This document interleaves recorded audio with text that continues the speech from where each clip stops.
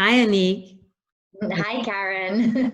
It's wonderful to see you. And for me, you are this human being that young in age, but so developed in spirit. We have been on two transformation journeys together in two different companies.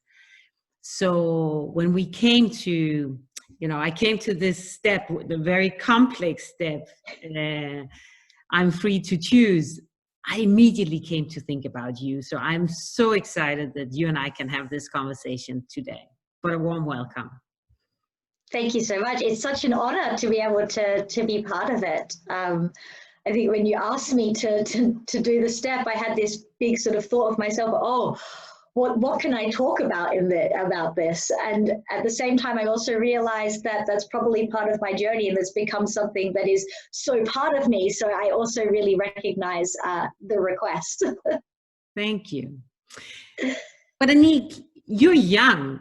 And so why did you decide to go on a personal transformation journey?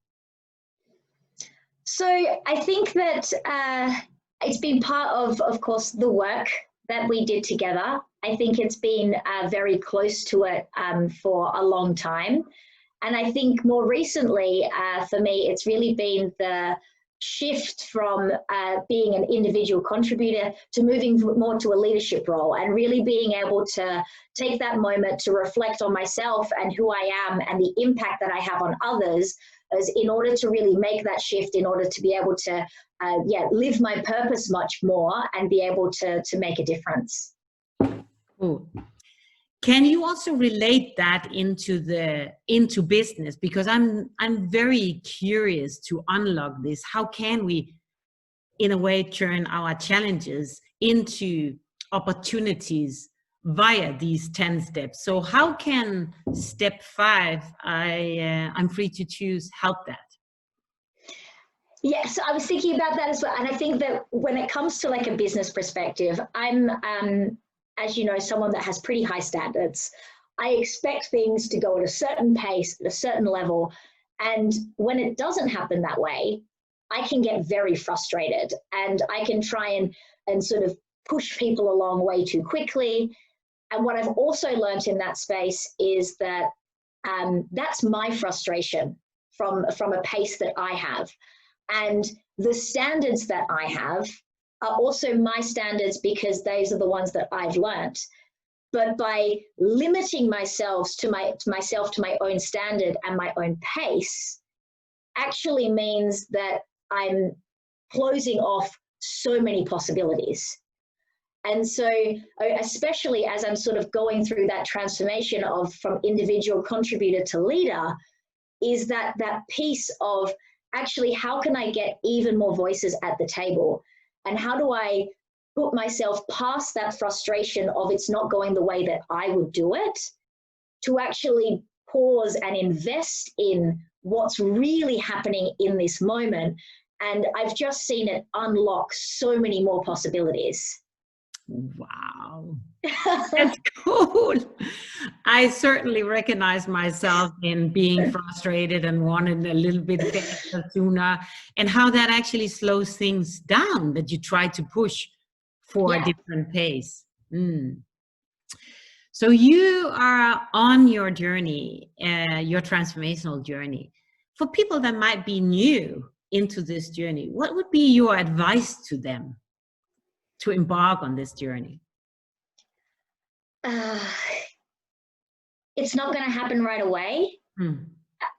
And you're not going to be great at it all of the time. When you asked me to reflect on step 5, the first thing that came up was all of the times that I didn't implement the step very well. I was like, oh, I have to think of a good example of when I do this. I have all of these examples of when I haven't been doing it.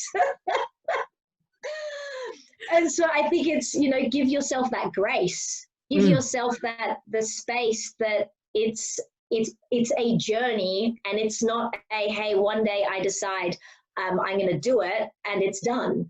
It's just not like that. That's good. That's good. I can use that advice as well. I would say it's never done. It's never done.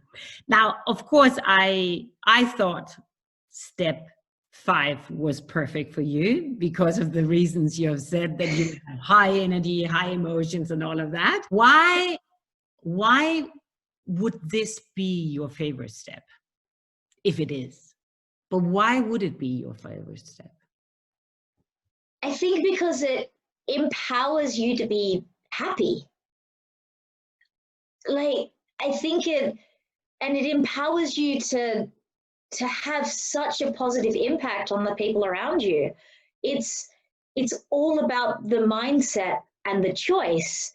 And I went through a very, very difficult time after a recent relationship that broke up, that ended. And I was very, very sad for a long time. And there came a point that I decided that I couldn't keep that to keep holding me back. And that I got to decide around how I wanted to look at it and how I could invest in my life differently and see the opportunities and take the learnings from it and choose to be happy.